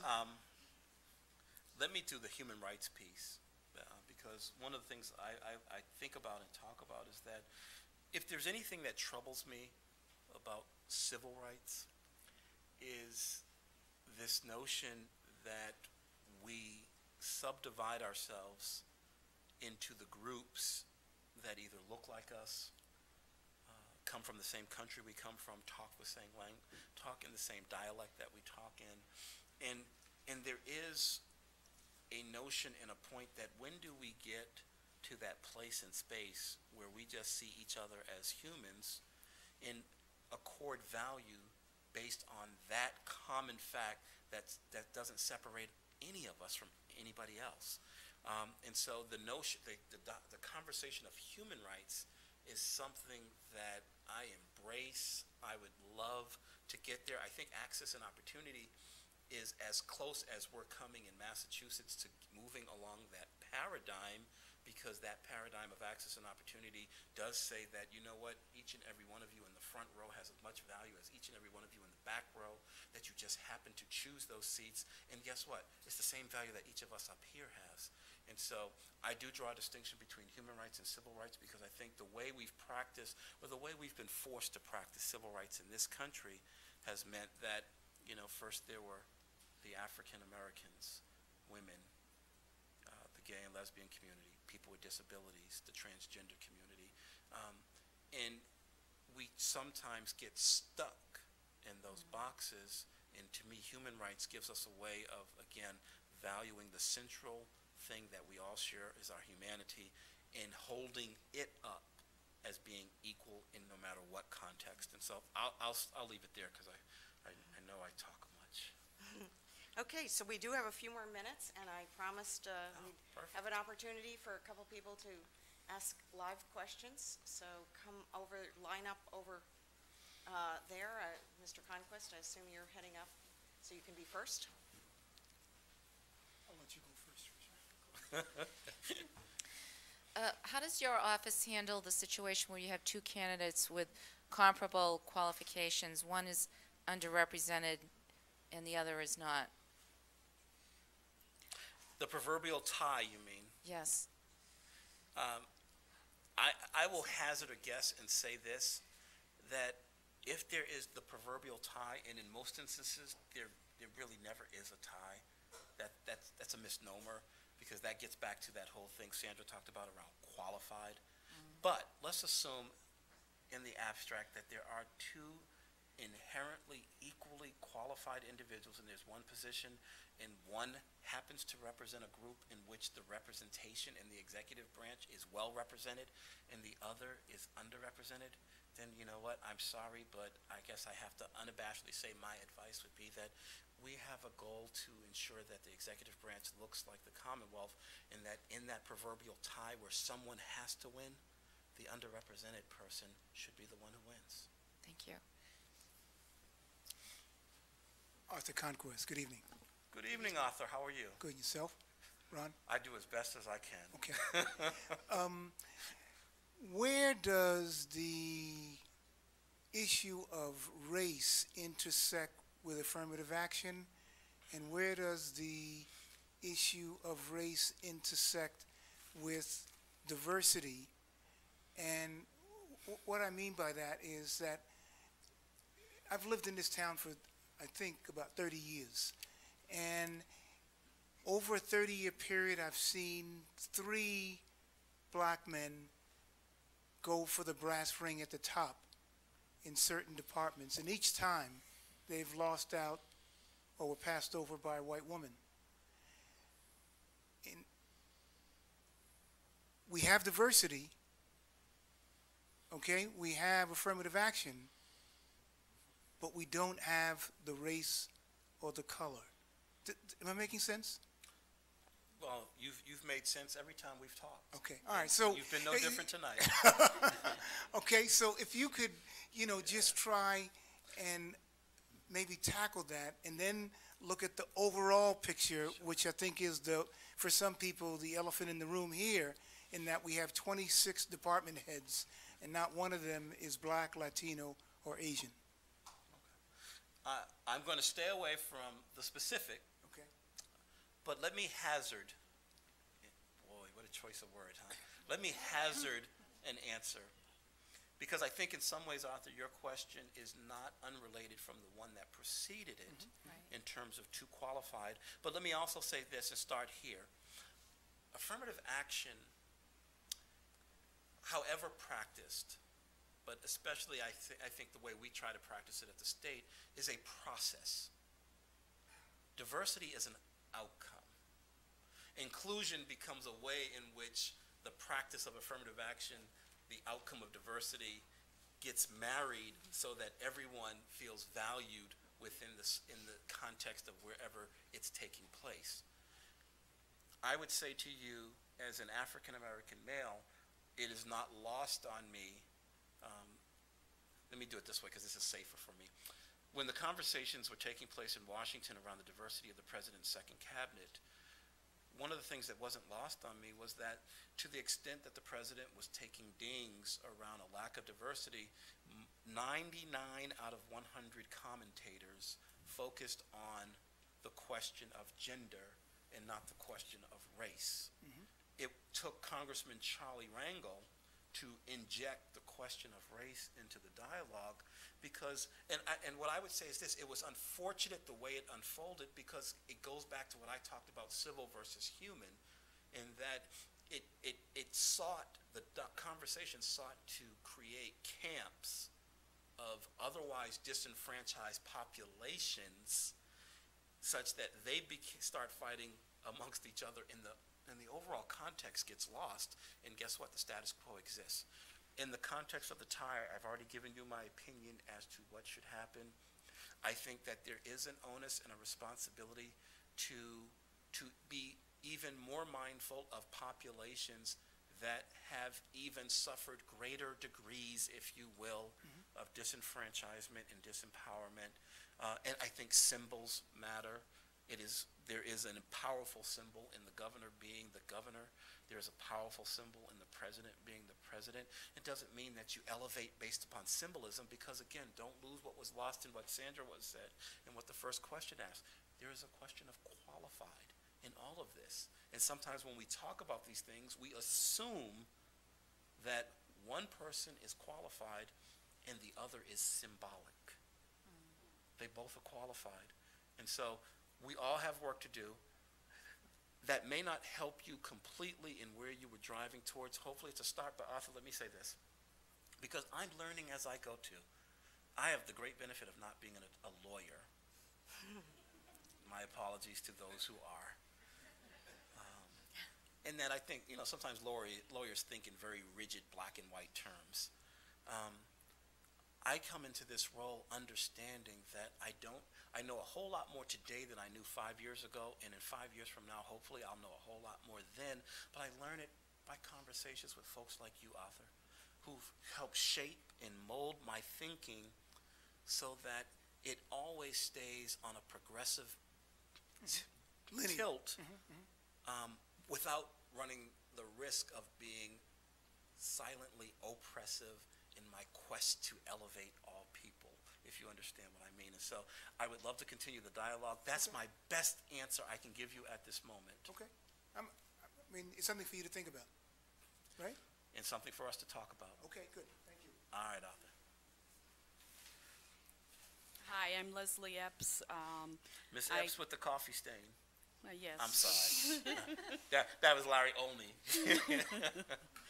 And I have a 16-year history in Brookline. I was a school nurse at the Heath for 10 years, and I am happy to say that I've been a business owner for 6 years now, for the past 6 years. And I am speaking and looking at the audience and hoping that everyone here buys into the benefit of diversity, equal opportunity, and affirmative action. But fair to say, I don't think every single person here buys into those benefits of having diversity. And some people may even feel, why interrupt something that's been going along so well? We, the group, the majority group, have been doing things quite well, and why interrupt what's been going along so well? And in saying that, you do get to a point where you recruit people of color, of different races, national origins, different genders, different sexual orientations, and we are amongst the mainstream, the main culture, the particular way of thinking. What happens to the people, the other thans that are then put in with mainstream? How do we prevent these different people from being treated differently? I feel like a lot of the ill treatment is unintentional, subconscious. We all, I can't say all of us, but we have been exposed to the American culture, and these subtle ways of discrimination are finally woven into the intricate fabric of America, to the point where a lot of us aren't even aware that we engage in certain types of discriminatory practices. For example, ignoring people, not responding to people, things such as treating a person of two people engaging in the same activity but of different races, treating a person of the other race differently. And there are a lot more other subtle things that we're not even aware of. And I feel as though we owe it to humanity as a whole to examine ourselves, to look further into discrimination and racism and what it really is. It's not the blatant, racial slurs. It's not the blatant hate comments that we might make to someone who might be homosexual. It's the subtle, the covert things that happen day in and day out, and cumulatively it has a very, very negative effect on an individual's mental health. I think we all need to take responsibility and start to examine ourselves and not just stand on this false premise of righteousness and feel like, oh, there are other people that are engaging in those type of practices. So, Miss Epps? Yes. Feel free to call me Leslie. I'm younger than you. Wait a minute. Wait, I did say when I was born, so you... No, I'm 2 years older than you, actually. Right. Wait. So, Miss Epps, no. There are times when all one should say is ditto. And It's I say tough, ditto. and it's tough to try and how can you qualitatively measure those things?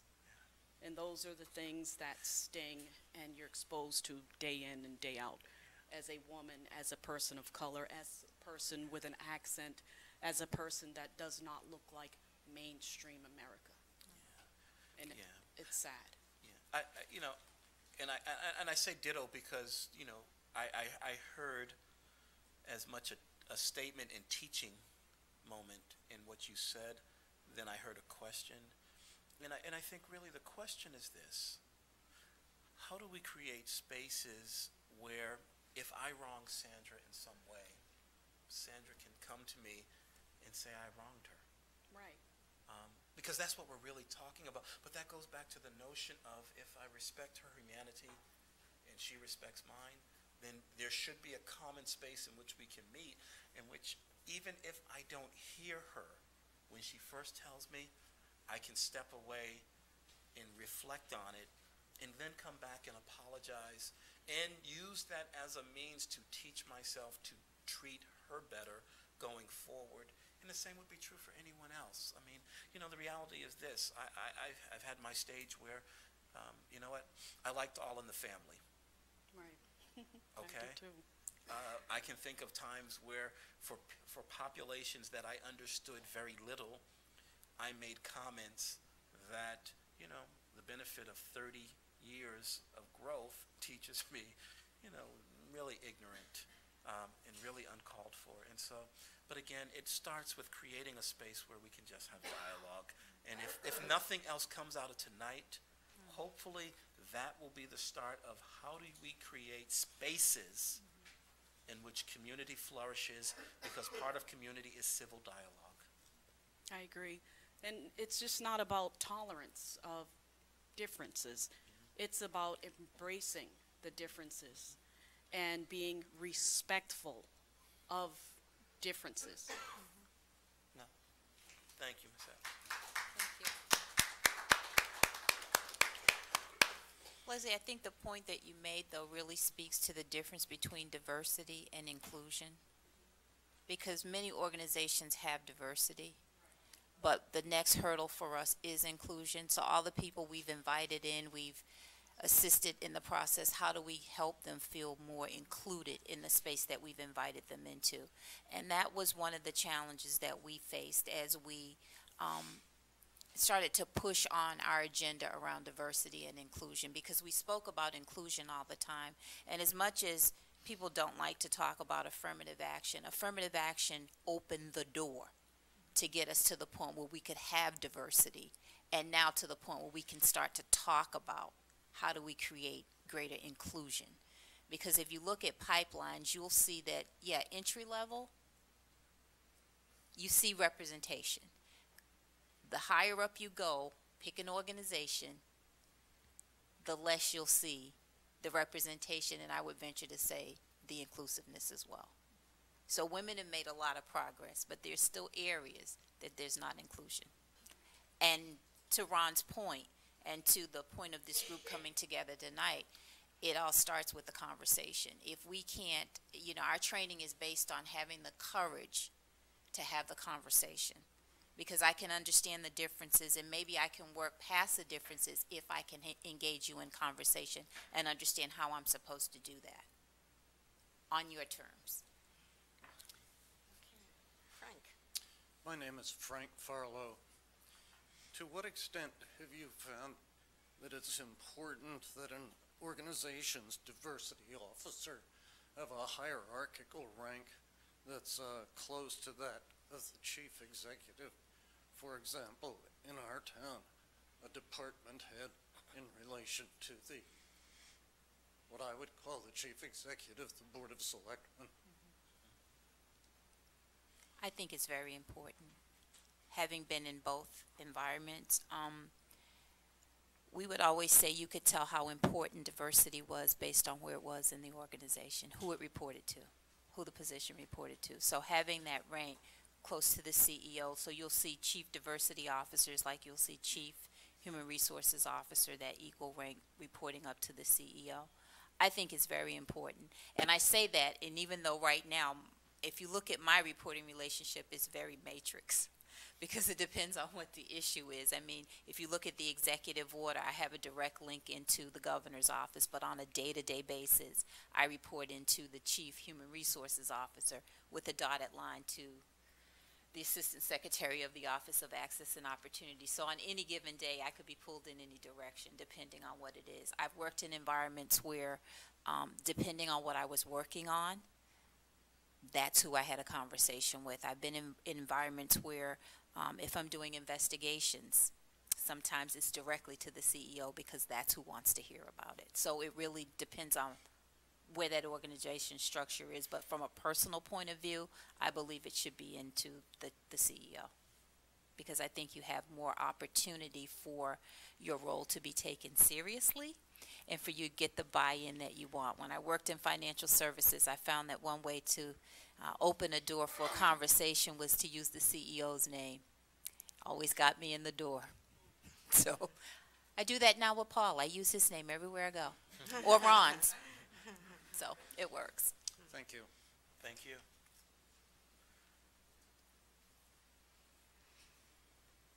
Hello, my name is Dr. Roberts. Hello, Dr. Um, Hi. Roberts. Yes, I am, well, someone who lives in Brookline, but doesn't really feel like I'm a part of this community, and really never has. And I've lived here for maybe almost 27 years, because I've lived in public housing in Brookline.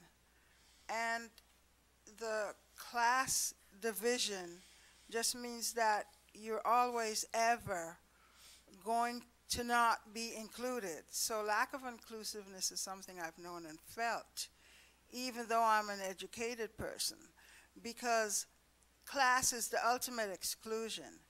And I see that the town of Brookline itself doesn't really do anything to include the poorer people.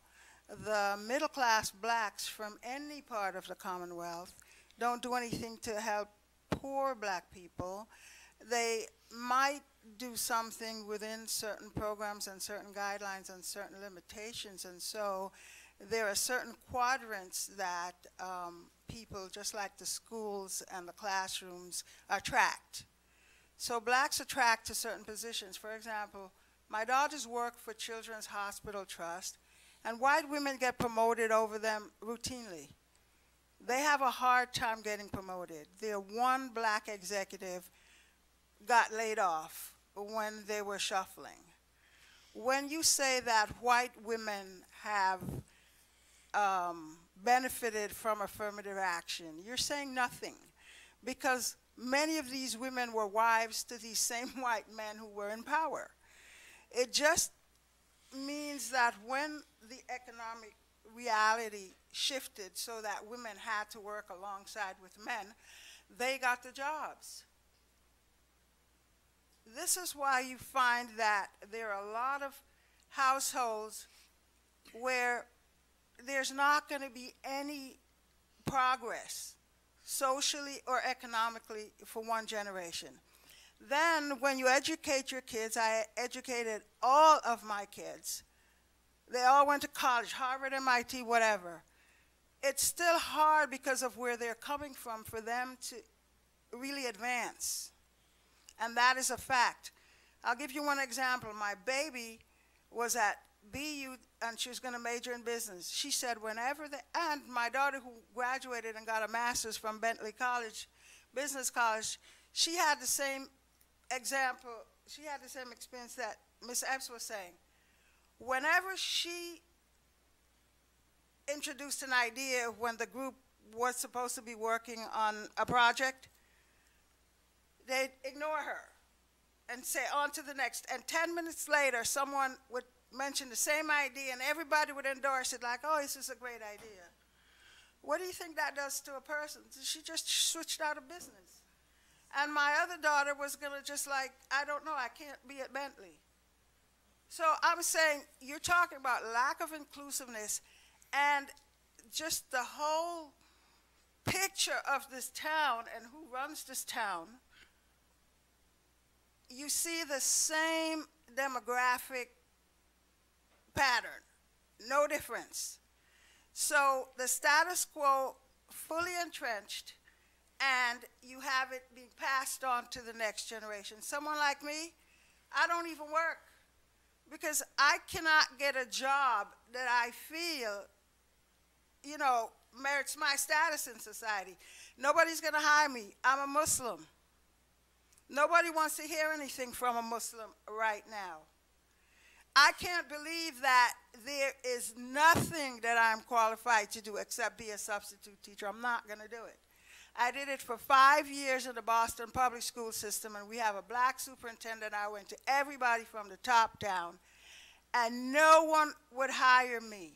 Well, they said, you know, we can hire 2 teachers for what we'd have to pay you, because I had been hired as a provisional teacher at a certain step. And of course, even if I wanted to take less money, which I said I would, they couldn't do it because of the union. So it's really complicated, is what I'm saying. but you have a sort of culture of, there are people who work, and the ones who don't work, they're terrible people, and there's something awfully wrong with them, and they don't want to work. And that's just not true. You know, the blacks are not qualified, and that's why they're not at the top. And that's just not true. Yeah, they're going to allow Obama to come through. They're going to allow Deval Patrick to come through. Oh, these are the exceptional, you know, the exceptional theory of you know, the great man theory of history and life. That these are our two shining examples. But there are so many qualified black people that end up in the jails because they know that when they get into a position, they're going to try to push them out from the entry level. My daughter, when she first went to Brigham and Women's, one white doctor, she was in research, a new young person, treated her so badly. Every day she came home, she wanted to tear her hair out. She said, I'm quitting, I'm quitting, I'm quitting. And she was a graduate of Harvard. She says, I can't take this no matter what I do, and I'm doing it right, and she's doing it wrong. She said, you know, I said, well, just be patient, just be patient. And she said, well, I could talk to both our bosses and go, you know, over her head. And she went over her head finally, and the boss says, yeah, I know, you know, you're fine, don't worry about her. But, you know, that's not always going to happen. And a lot of people are going to quit because they're human. And no one should have to go through that in order to have an ordinary life. Because a lot of people who are not of our color or religion or class have to go through that. They don't have to go through that. So I'm saying the heart of the town has to get to the point where they say, you know what? We've done this thing that we've signed on to this entrenched practice of exclusion and discrimination. And you know what? We're going to fix that now because it's past time.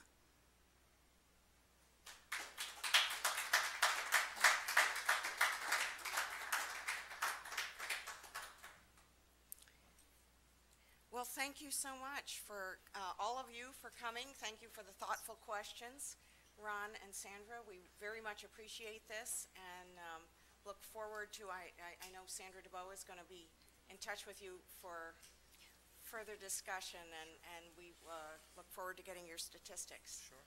So if I may, just let me say thank you to each and every one of you who either submitted a question or took the extra courageous step to come up and state your question or make your statement.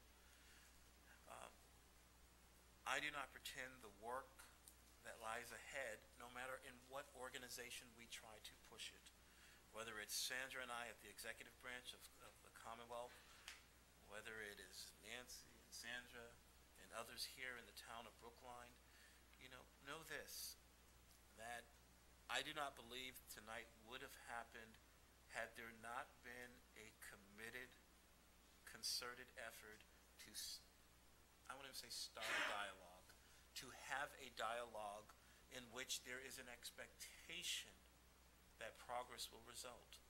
That progress, I believe, in fact, I almost have to believe, because if I didn't, there's almost no reason to get up in the morning. That progress will occur when, as I said earlier, those of you of goodwill come together to bend that arc towards justice. I thank you. I wish each and every one of you a safe journey home. I will say this about the last statements, that yes, the triple issue of being a woman of color, and being a poor person. Because yeah, we didn't talk about poverty tonight, but you know, yeah, it's poverty and civil rights are usually entwined in ways we easily recognize and in ways that sometimes are obscured, and we could have more dialogues even around those elements. It's why I start the introduction of who I am the way I am, the way I did, and that, you know what, there but for the grace of God and it was people of goodwill who came together to bend that arc, that created opportunities, that helped me come before you and share what I think, not what I know, what I think and what we're trying to do. And you inform that in ways by reaching out, speaking out, and touching, and influencing by each of those actions how we do what we do. And so again, I say thank you to each and every one of you. I wish you a safe journey home. I'm sure I speak for Sandra when I say that if you ask us to come back, we'd be more than happy to come back. Anything we can do to help you resolve the path you're on, we're willing to do, because we're not here to tell you what to do. We're here to help you figure out that if you need our help to get there, you know what? We're partners in that effort. And so thank you all very much. Thank you.